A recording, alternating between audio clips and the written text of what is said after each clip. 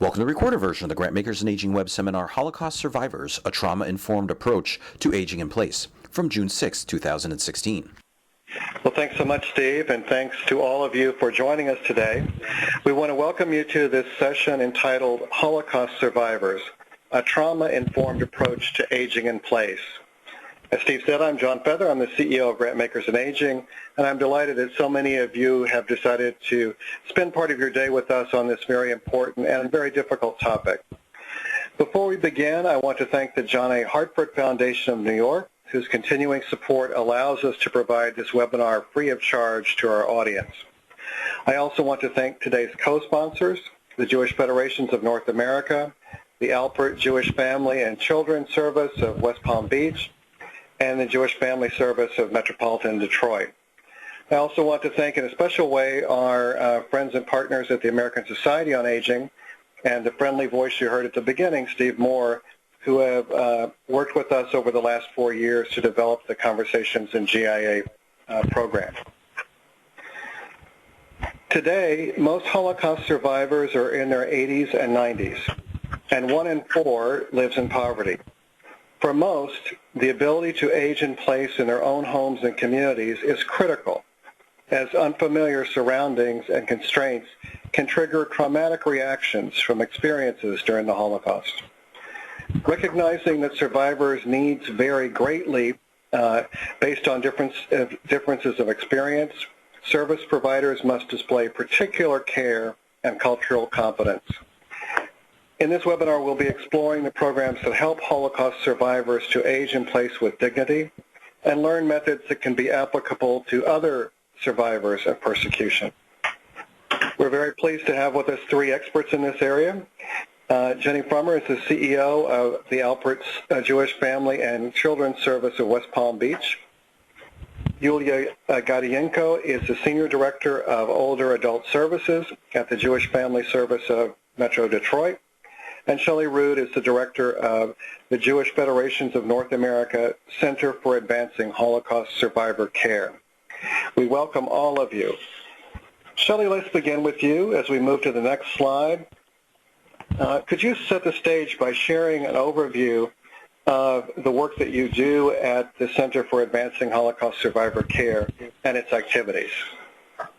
Thank you, John. We are so excited to be able to present this information to you, and we really appreciate Grantmakers and Aging's leadership on this topic and in helping to make sure that the aging services field really understands the very vulnerable position that Holocaust survivors are in and the many organizations that are working to help them. And I echo your thanks to the American Society on Aging, who is assisting with this webinar and who featured 3 sessions on Holocaust survivor care at their recent Aging in America conference. So thank you so much to both Grantmakers and Aging and the American Society on Aging. A little bit about us, as you mentioned, John. At the Jewish Federations of North America, we have recently launched the Center for Advancing Holocaust Survivor Care. This started with a partnership with the Administration for Community Living in mid-2015. The administration announced a program to assist vulnerable Holocaust survivors with trauma-informed care. And the Jewish Federations of North America, which is the umbrella group for all of the federations in the United States and Canada, is working with the Administration for Community Living to provide this program. And we do it in 2 main ways. One is through a competitive grant funding process where we fund subgrants. Local organizations can apply to receive funding for person-centered trauma-informed care for Holocaust survivors. And 2 of those sub-grantee organizations are actually going to be presenting on this webinar today, Palm Beach County and Detroit. So that is the first way in which we offer this program through the Administration for Community Living. And then the second aspect is a technical resource center where we provide information such as webinars like the one that we're on today, journal articles, we present at conferences, and we run our own technical assistance efforts, both with the subgrantees in the form of phone calls and site visits to them, as well as others in the Aging Services Network. When any of us travel, we make sure to stop by local area agencies on aging and local senior centers, and would love to visit any of you in your communities as well to get a sense of the Holocaust survivor population in your area and what resources might be available to help make sure that all are being cared for. And then the third piece that we do is we have our own conferences. We actually just finished a training workshop in San Diego, and that was in association with the Association of Jewish Family and Children's Agencies. And there will be a training workshop coming up in December with Self-Help. It's Self-Help Community Services is a large organization in New York, and they put on a conference every 5 years. And that is open to all, and we can refer anyone to information about that if they're interested. That would be in December. The goals of our work is really twofold. It's to make sure that we are taking care of Holocaust survivors today as they age. As you'll hear later on in the presentation, more and more Holocaust survivors are seeking assistance. Even though there are fewer Holocaust survivors in numbers in the United States and in the rest of the world, more of them are getting older and more of them need our help. So we want to make sure that those survivors get the help that they need, and we want to make sure that the Aging Services Network is prepared to help people who have suffered trauma in the past. We understand that there are a lot of programs and a lot of models. We've worked with SAMHSA before on trauma-informed care for younger populations, but what we really are focusing on at JFNA's Center for Advancing Holocaust Survivor Care is how does trauma in one's earlier years affect the aging process, and how is that different from people who have not gone through traumatic events when they age? What are the effects of Alzheimer's and dementia, and how is that different from someone who suffered a trauma in the past? And what are the effects of malnutrition during one's formative years, and how does that affect someone as they age? And we're really looking at this trauma focus, and we think that it can be applied not only to Holocaust survivors, but to other populations such as refugees, others who may have been traumatized in the past and are now aging. That's our basic overview, and I really look forward to sharing more information about the specific programs with you, as well as our wonderful presenters today. Thank you. Thank you so much, Shelley. And I want to remind our audience before we move on that at any point you can go to the box on the right of your screen and open the question area and type in questions for our presenters today. As Steve said, there is the slides will be available to you if you you go to the website that's listed there, or to our Grantmakers in Aging website at giaaging.org, giaging.org. At this point, let's turn to Jenny. And Jenny, could you share the unique needs of Holocaust survivors and the way that social service agencies can provide trauma-informed care, as Shelley was just talking about? Absolutely. Thank you so much. I really appreciate being here. Just in terms of a backdrop, and just take a couple of minutes to really talk about the Holocaust as it relates specifically to the work that we're doing now. The Holocaust was a term coined many years after the war and is defined as the complete devastation or destruction, especially by fire. Some may also be familiar with the Hebrew word Shoah, which means catastrophe. So when the Nazis actually turned their attention to the Jews, it was a time, we know, of mass destruction, mass deportation, the forced removal and relocation, often in a tremendous hurry, transportation under terrible conditions to unknown destinations. Some Jews were then confined to ghettos, contained areas surrounded by walls and fences, guarded by uniformed, armed men with trained killing dogs, where many families lived together in very cramped spaces, where no food was available, and where thousands died as a result of starvation, poor sanitation, and disease. Many Jews lived and actually survived in hiding. Some joined the armed resistance. Many changed their identities. But millions, as we know, were subject to torture, horrific medical experimentation, starvation, murdered in death camps, labor camps. And today we actually don't even know how many were murdered in the country, and mass killings where graves are still being uncovered today. And even after liberation, I think it's really important to remember that while many were liberated from the camps and people came out of hiding, their lives were still in chaos with no home or community to return to, interned in DP camps, sometimes for upwards of 5, 6, 7 years after the war. I always say when we do training, cultural competence training, after asking how many people were born in the United States and imagining what it would be like to have to leave in a hurry a place of origin and what that kind of chaos and fear might be like. And then after the war, can any of us imagine what it would be like without an ATM card, a driver's license, or any other kind of identity documents that we rely on every day? I think it's really important with this as a backdrop to kind of talk about this because it gives us insight, and the insight that we need to understand the lived and unique experience of Holocaust survivors.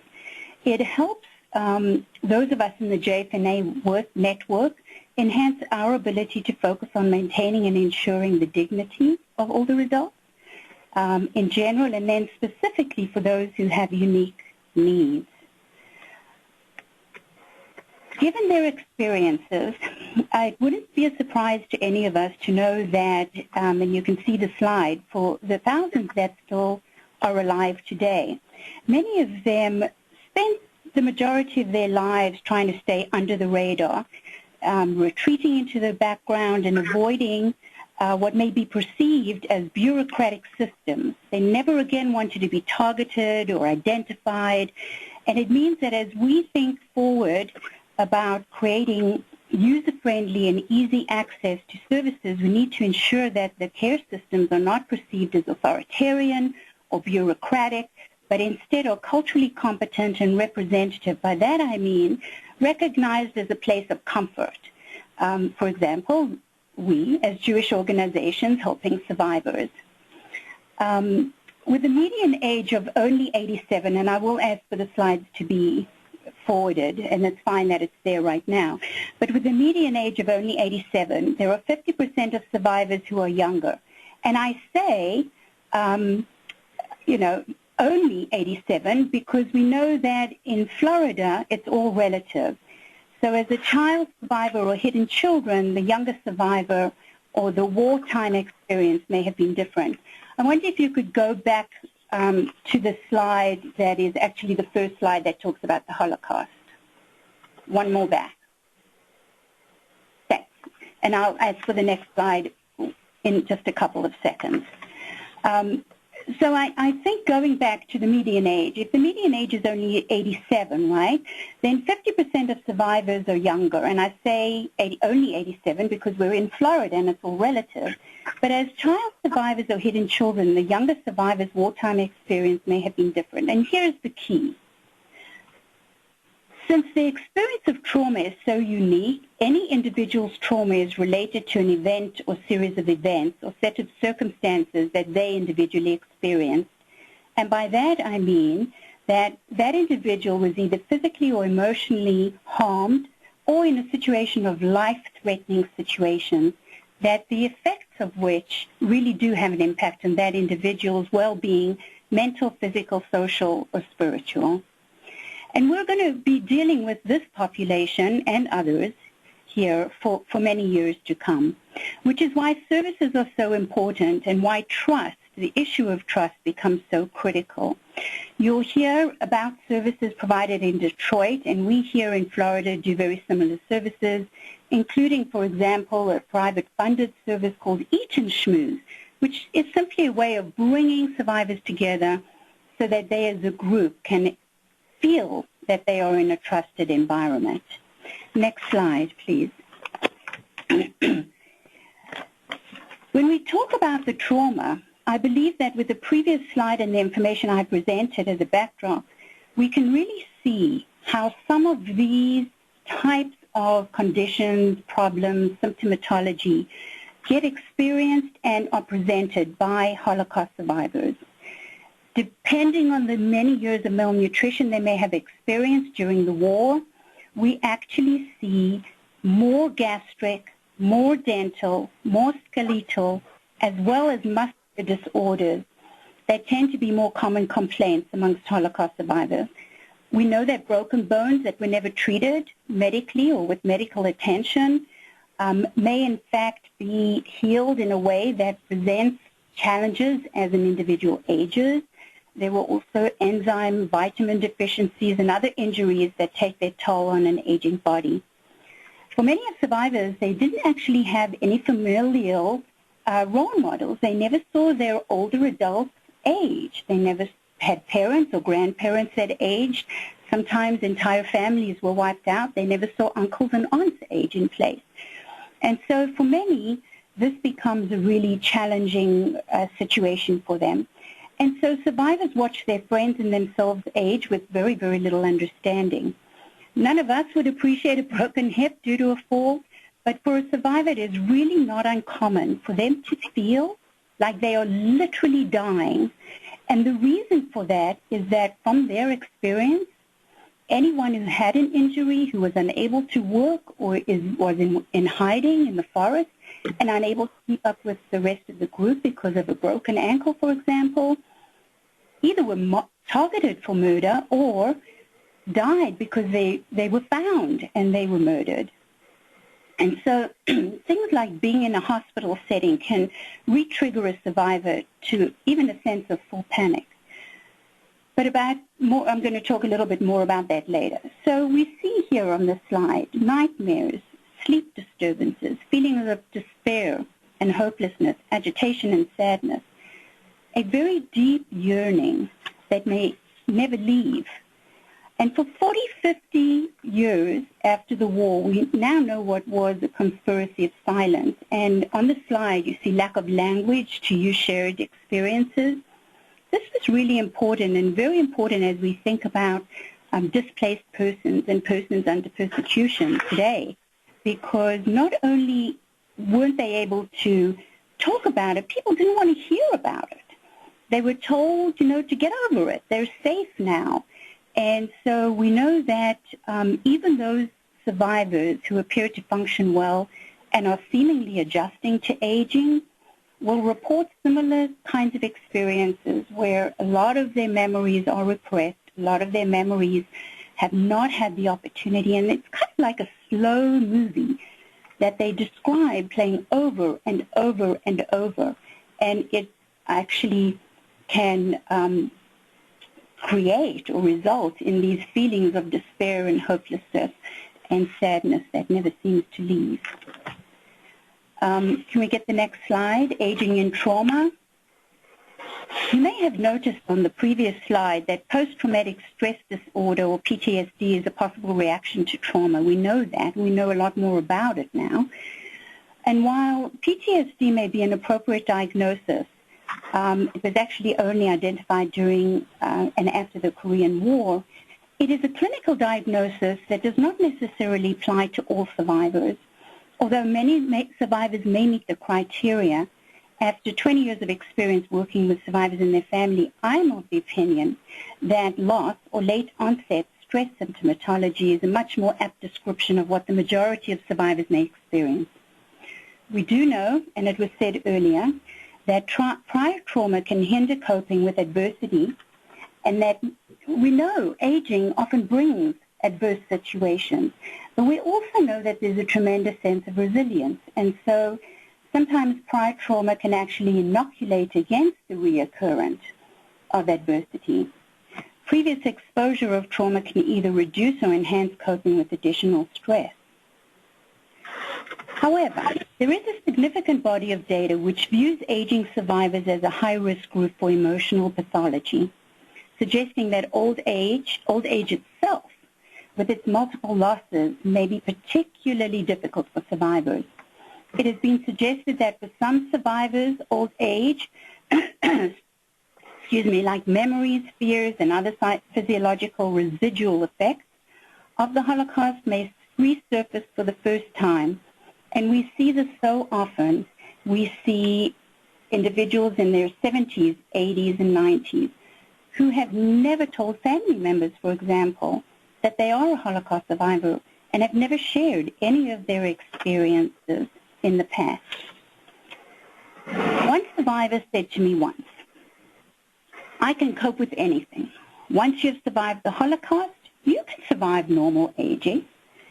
And I find those kinds of comments from survivors really quite sobering, because we do know that some survivors are facing loss, which we know, and there's a lot written about loss and grieving, is manifested through physiological and mental symptoms, such as PTSD.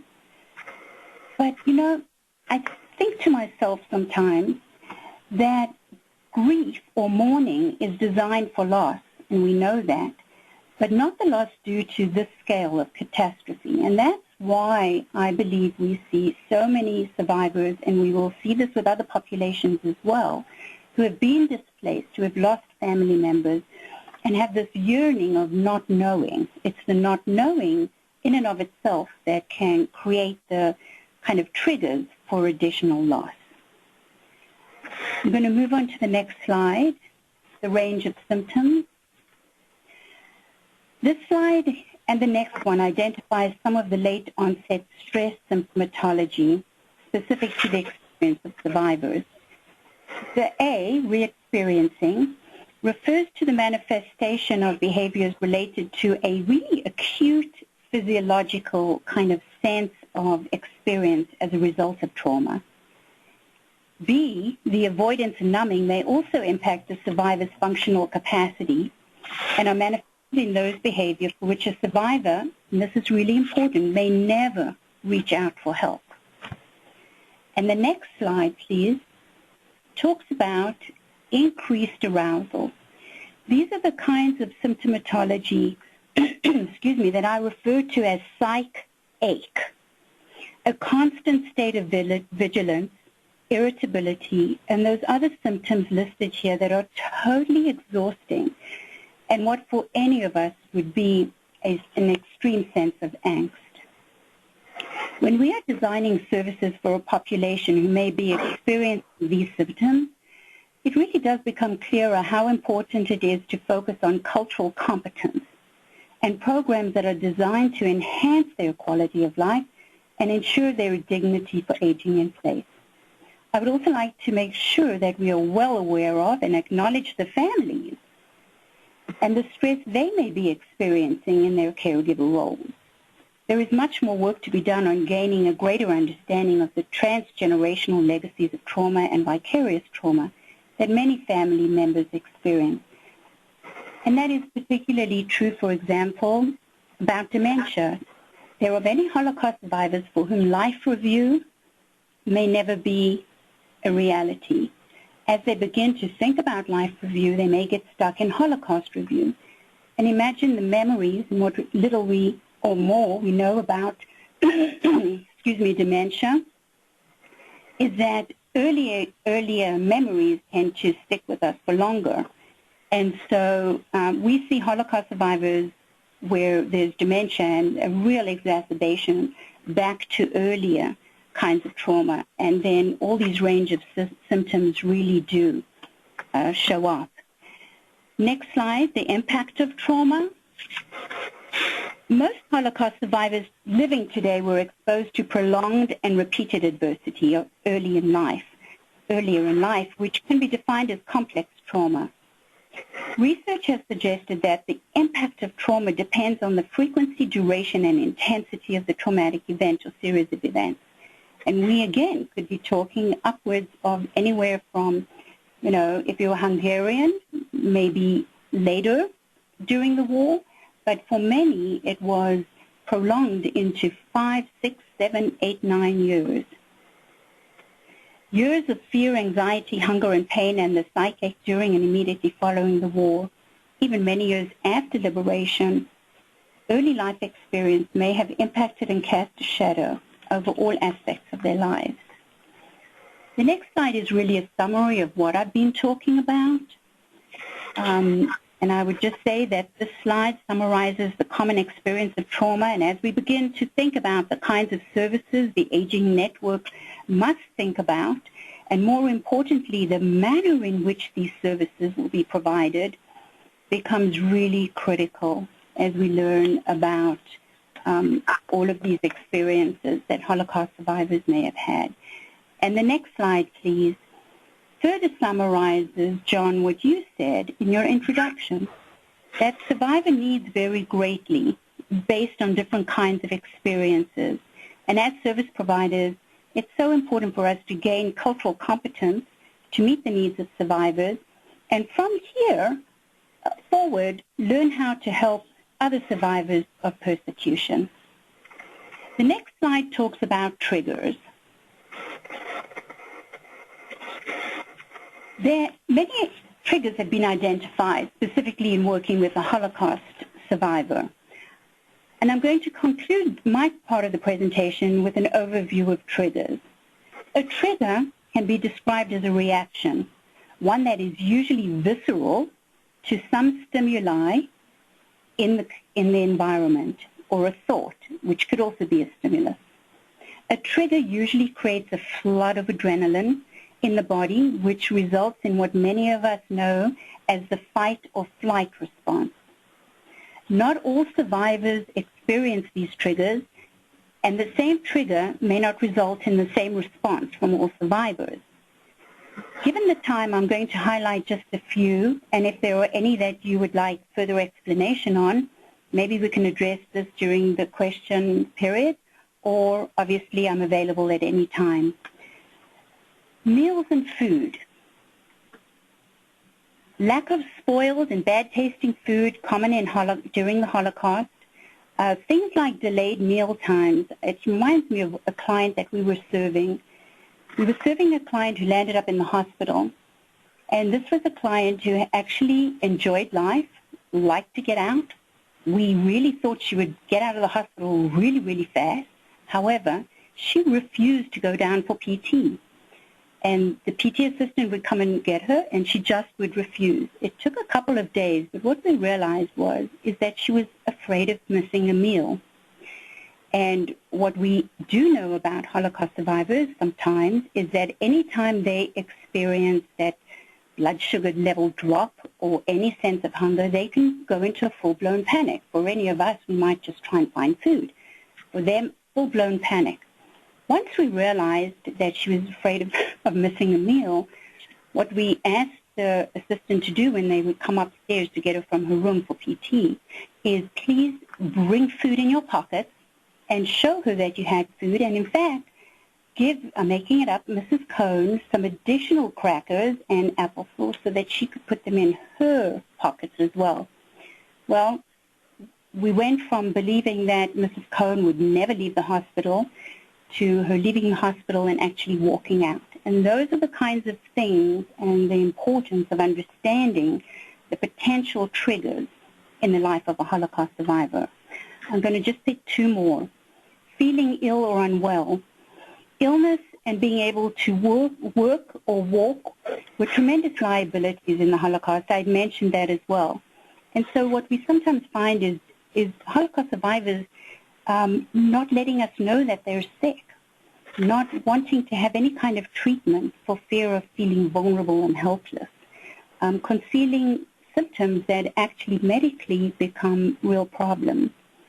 Another one is relocating. We've spoken about the relocation that occurred during the Holocaust. It was often under duress or forced in the Holocaust. It was a time when, for Holocaust survivors, any type of change or relocation, generalizing, of course, because we do this when we talk about Holocaust survivors or any population, generally resulted in a change for the worse. And so there's always anxiety and fear, sometimes refusal and sadness. For those of us who are aware of and work in settings where there are, for example, shift changes, goodbyes, minutes made a difference between life and death during the Holocaust. And so to say goodbye to someone and not ever know you were going to see them again, even though it's not rational, these evoke those deep sense of fear and anxiety, sometimes sadness and withdrawal. I'm going to move on to one or two on the next slide, please.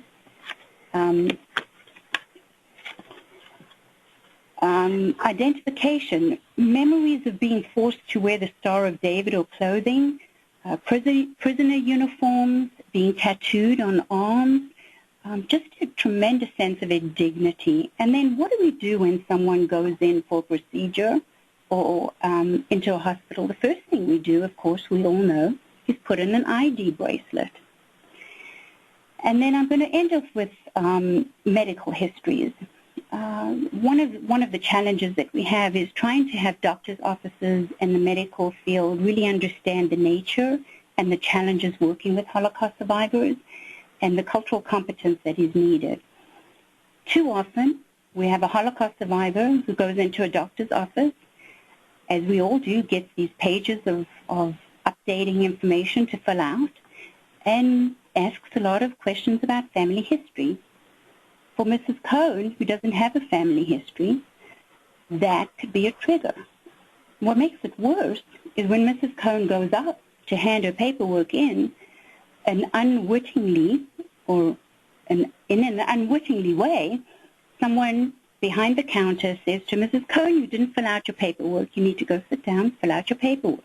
Those are the kinds of triggers, and I'm really not making light of it because this happens in our environment. We're exposed to it.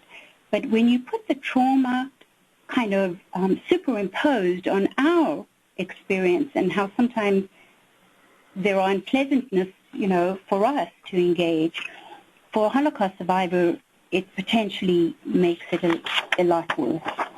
So I'm going to stop here, but I want to really thank you, and I hope that as we design and implement person-centered trauma-informed care systems of service delivery moving forward, that we will be much more culturally competent and adept at meeting the needs of survivors of any persecution. Thank you. Well, thank you so much, Jenny. A very important and inspiring message. I want to remind all of our audience that many of you have already begun typing in your questions. If you go to the box on the right hand of your screen, you can open the question section and type the questions in, and I will be asking those as we come to the end of our session. So, Yulia, we'll turn to you next. Please tell us about the plight of Holocaust survivors who survived by living in the former Soviet Union and why they are the most likely to be living in poverty now and to have greatest needs. Great. Thank you, John. Could we get the next slide, please? I would just like to start by saying that out of an estimated, as you saw in the first slide, 100 to 130,000 survivors living in the nation, and again, we can only estimate because, as previous speakers noted, that sometimes they don't like to identify themselves. We estimate that about 850 survivors live in Detroit area, and maybe another 100 to 150 in surrounding areas. At least a half of them are Russian-speaking. So that's why this issue is particularly important to talk about with the survivor population. And the most obvious first barrier with serving Russian-speaking survivors is the language barrier. So limited English proficiency is an issue for many survivors, but particularly to Russian-speaking survivors because they came to this country much later in life, and the exposure to second language happened and many times when they were in their late 50s and 60s and 70s. So for them, the acquisition of English was really, really limited, and also any mild cognitive impairment would cause the second language deterioration much faster than the native language. And for them, English was really a second language acquired much later in life. So it went away even faster, even if they had some kind of functioning ability in English. Because of their language barrier, they have limited or no access at all to a range of services available to everybody else. And these could include many federal and state benefits, health care, mobility options in the community, wellness and chronic disease education, evidence-based programs available to other populations, and even social engagements that we traditionally look at as community-based services through various providers, and there's funding available for them, but they're just not services in the primary language of Russian speakers are not available to them in those range of services. Next slide, please. So the other problems with language barriers is that there is some difference in terminology. So maybe the same word that you would hear in both languages could mean some different things. The other pieces of language barriers is lack of information on community resources in the primary language. So even if some resources are applicable and do exist, they just don't know about it. The other important barrier that we saw when we were providing our services is inability of Russian speakers to provide feedback and use regular channels for customer service issues, complaints, or even such things as surveys to provide feedback on services.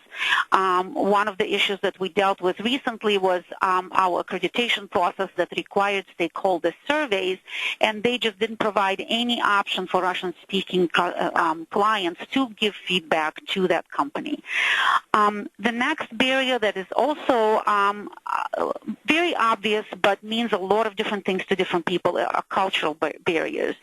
And the first one is the refugee trauma itself. So in addition to being a Holocaust survivor, many of our Russian speakers came here in late 70s, 80s, 90s, and compared to other survivors who came here right after the war. And they had some very difficult experiences in the former Soviet Union after Nazi retreat because it was continuation of anti-Semitism. There were a lot of government restrictions on what they could do, where they could work, and how they could get education. There were various levels of discrimination, and one of them was institutional discrimination. It was state-sponsored. And there were consequences for expressing themselves politically or religiously. Synagogues were closed. It was forbidden to celebrate Jewish holidays. And, you know, there was also, when people expressed the desire to leave the former Soviet Union, there was a long-term persecution of people who were denied leaving, and there was a whole refusnik movement, which affected most of the Holocaust survivors who ended up emigrating to United States later. So that refugee trauma and relocating trauma that Jenny addressed earlier, so for them, often there was double or triple relocation with, you know, they're trying to escape persecution and trying to return to the place where they were maybe evacuated from during the war, and then later when they were trying to leave the former Soviet Union and finally finding themselves in the United States. So the other piece of the cultural barrier is the cultural transition trauma. There is a difference in every part of life, every facet of life. There's difference in sports and how sports is viewed, and difference in governance, difference in movies and how movies are presented, and the obvious happy endings in American movies, and what most Americans would consider depressive real-life endings in Russian versions of those movies. And essay writing styles, how friendships and relationships are built, and how people deal with stress and disappointments in life. So one of the examples that we face, and I am part of the community as well, so I face it with my own family as well. You know, in the Russian language and the Russian community, it's very unusual to express feelings when people are stressed or depressed, and it leads to high depression levels, but depression is not acknowledged as a condition of any seriousness or something that might require treatment or something that people would accept treatment for. So we see very little therapy acknowledged in the Russian-speaking community per se. So, so even though people might be more used to stress in the Russian community because they went through so much of it, it's just they're not necessarily equipped to deal with it. The other example that I may want to give is the sense of humor, how different it is. And Russian sense of humor is much more cynical and pessimistic and self-deprecating, and often politically incorrect. And with the Russian-speaking community, when I see a Russian-speaking conversation and compare it to a conversation of my American colleagues, we're much more antagonistic in conversation. We say no a lot, we argue and ask direct questions, which is not necessarily considered polite in the conversation of my American colleagues. So there was a lot of culture transition in what we do and how we live. And the other piece of culture transition, nutrition and lifestyle differences. And, those in every ethnic community, there are specifics of nutrition and culture of food and how it's cooked and what ingredients are used. And in the Russian community, there's a high prevalence of diabetes, for example. Very high cholesterol, because traditionally everything is cooked with real butter, whole milk is consumed, the products are very high in fat, and so there's a lot of consequences in health conditions and very little education about healthy lifestyle available to the Russian-speaking community. Next slide, please. So the other cultural barrier is perception of institutions. There's a high distrust to institutions, and they're viewed very cynically. And therefore, often in the Russian community, we observe that people are trying to cheat the system and somehow find a way to combat the institutions and the governance system. There's no there's very low participation in the election process. Again, all elected officials are viewed very cynically, and there's just even to the hospitals and nursing homes, there's just a very high distrust and understanding that this is a place of last resort for many people, to go to a hospital, to go to even a doctor's office.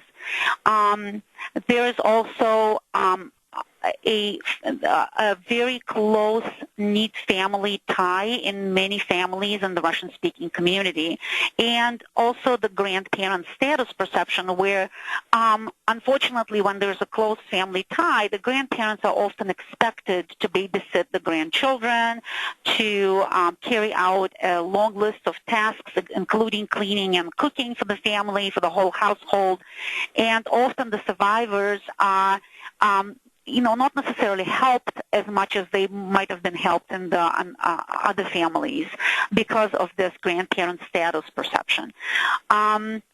The other issue with the cultural transition in the Russian-speaking community is that everyone who's Russian-speaking is perceived by the American counterparts as Russian.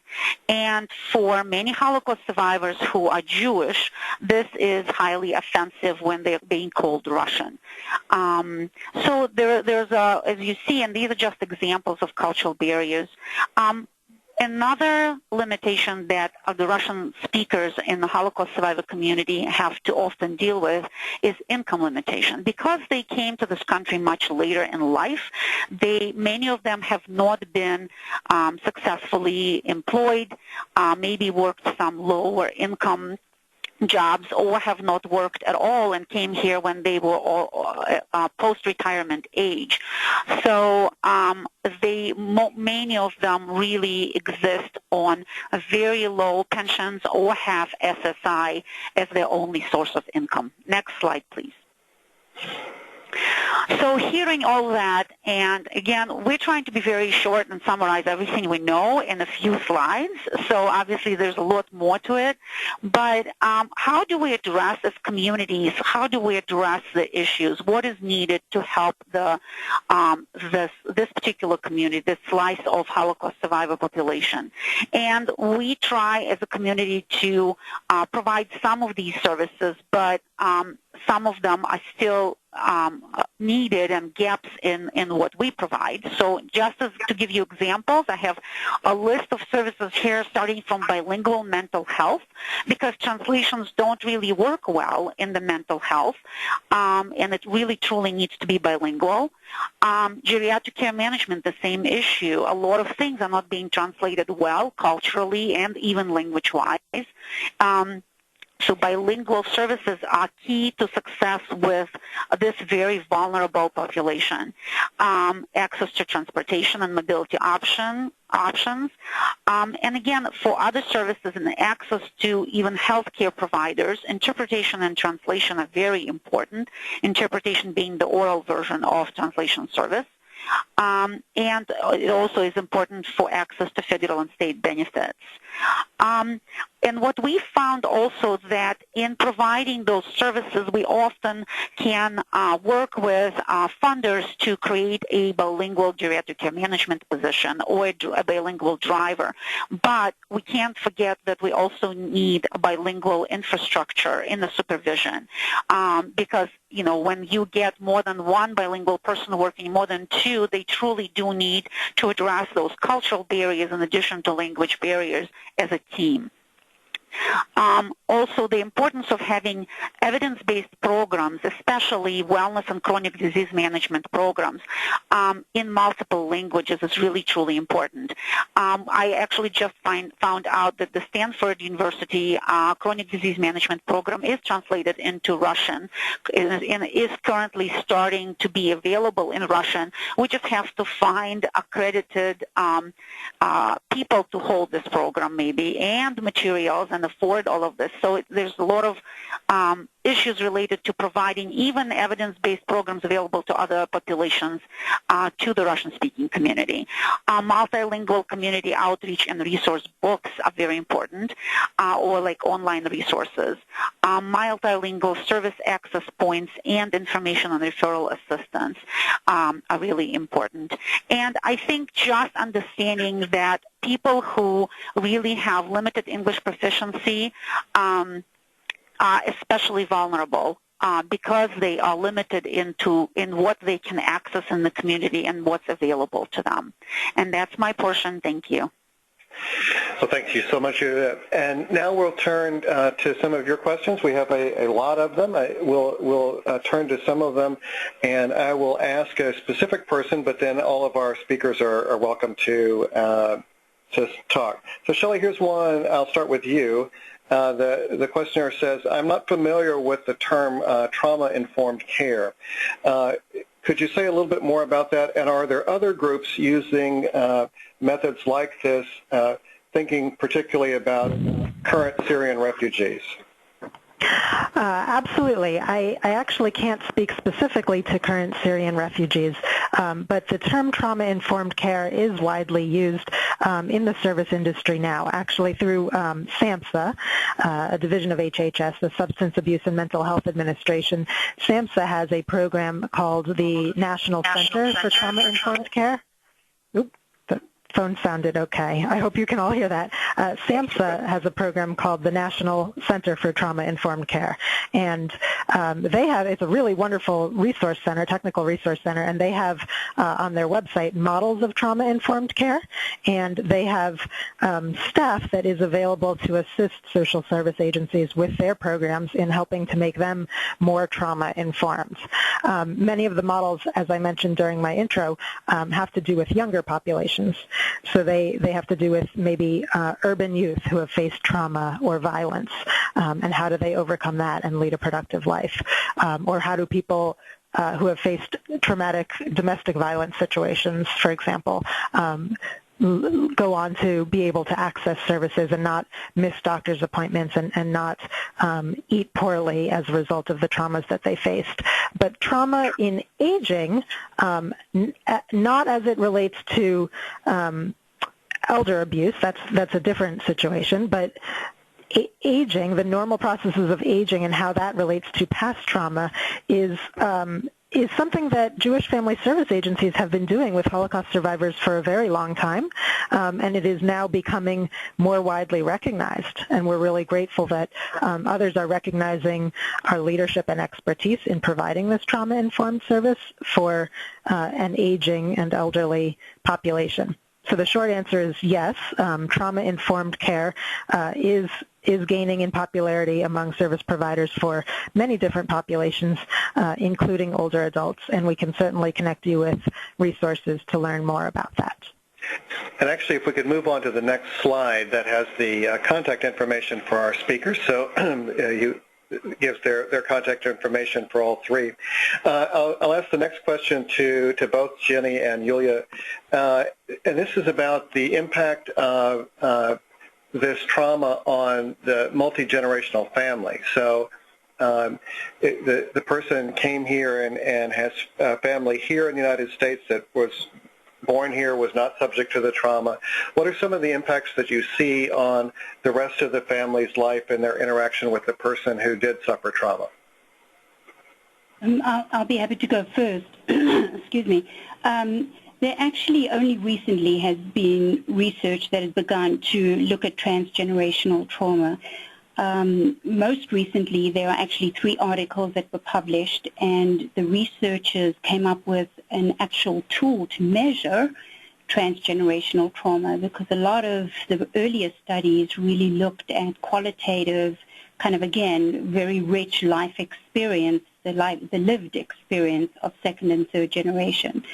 I think that we're needing to learn a lot more about that, and it relates to what I was saying about how do caregivers manage to care for an older adult in this case where there have been so many prior traumas. And the whole thing about trauma-informed care is just to pick up what Shelley was saying, because it's relevant to the transgenerational, is how do we create a system, whether it's Syrian refugees or whether it's Holocaust survivors, how do we create an entire kind of system of care so that everyone is focused on, intentionally understands that this in front of you may be a person who has experienced trauma? Yulia, you want to add something to that?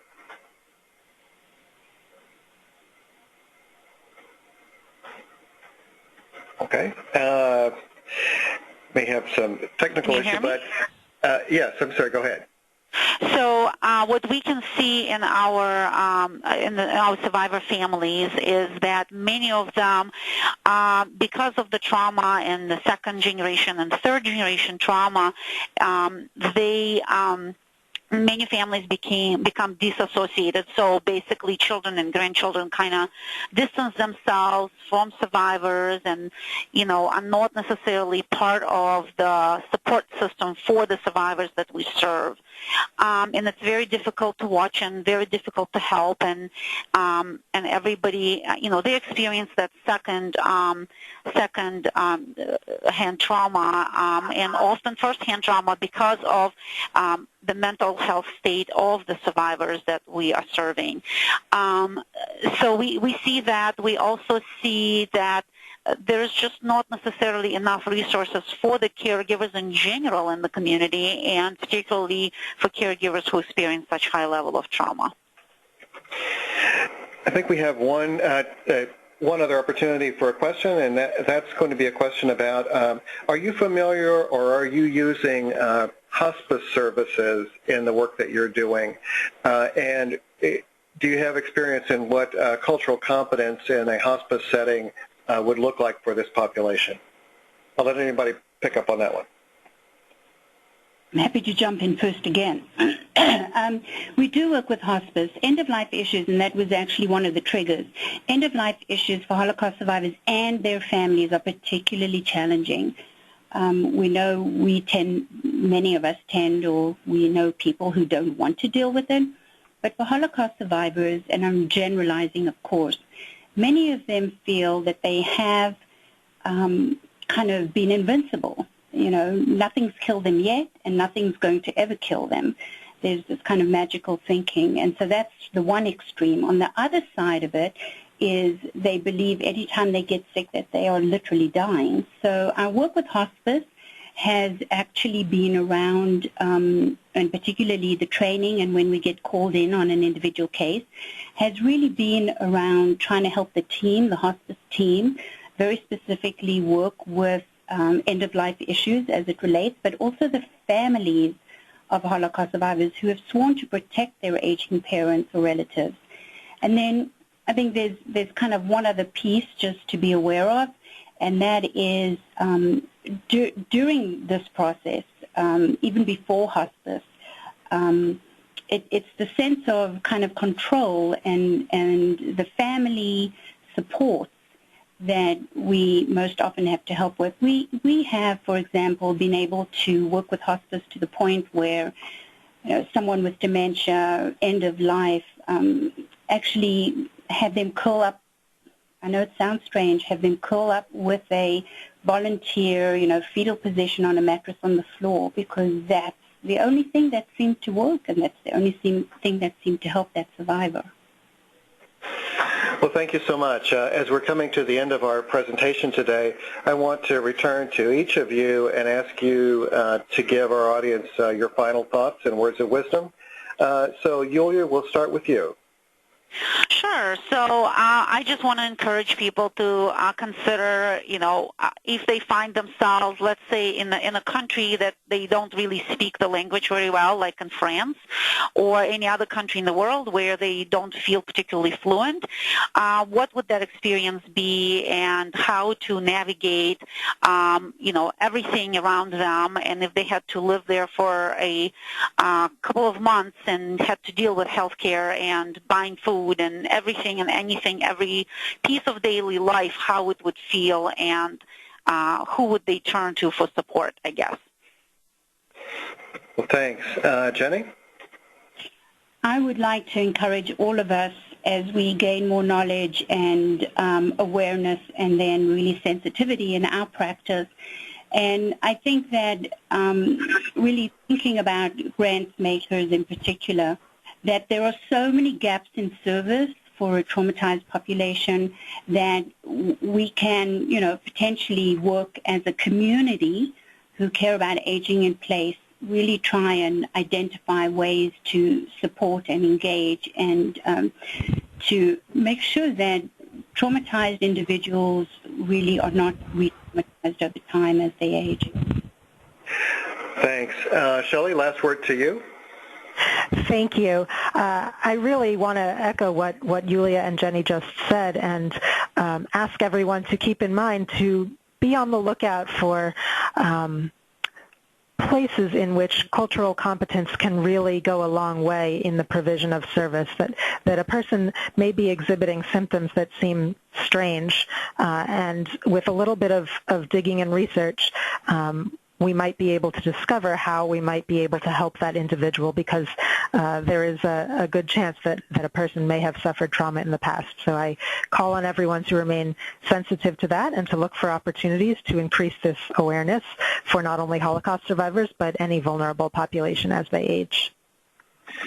Well, thanks. I want to thank specifically Jenny Frommer, the CEO of the Alpert Jewish Family and Children's Service of West Palm Beach, Yulia Gadayenko, Senior Director of Older Adult Services at the Jewish Family Service of Metro Detroit, and Shelley Rood, the Director of Jewish Federations of North America Center for Advancing Holocaust Survivor Care. We thank you for all you do to make life better for older adults. We also want to thank the John A. Hartford Foundation, the Jewish Federations of North America, the Alpert Jewish Family and Children's Service of West Palm Beach, and the Jewish Family Service of Metro Detroit for their support of this program today. We want to thank in a special way our friends at the American Society on Aging and Steve Moore for their help in this and the programs that we have developed over the last few years. We will be making this presentation available to anyone who wishes to view it later, including both the slides and the audio. Please watch for the rebroadcast link, which will take place in about 2 weeks. Or contact Grantmakers in Aging at info@giaging.org. And please join us for our next webinar on the economic case for age-friendly communities, on Wednesday, July the 20th at 2 p.m. Eastern. And finally, I want to thank you all for participating in today's webinar. Have a great day.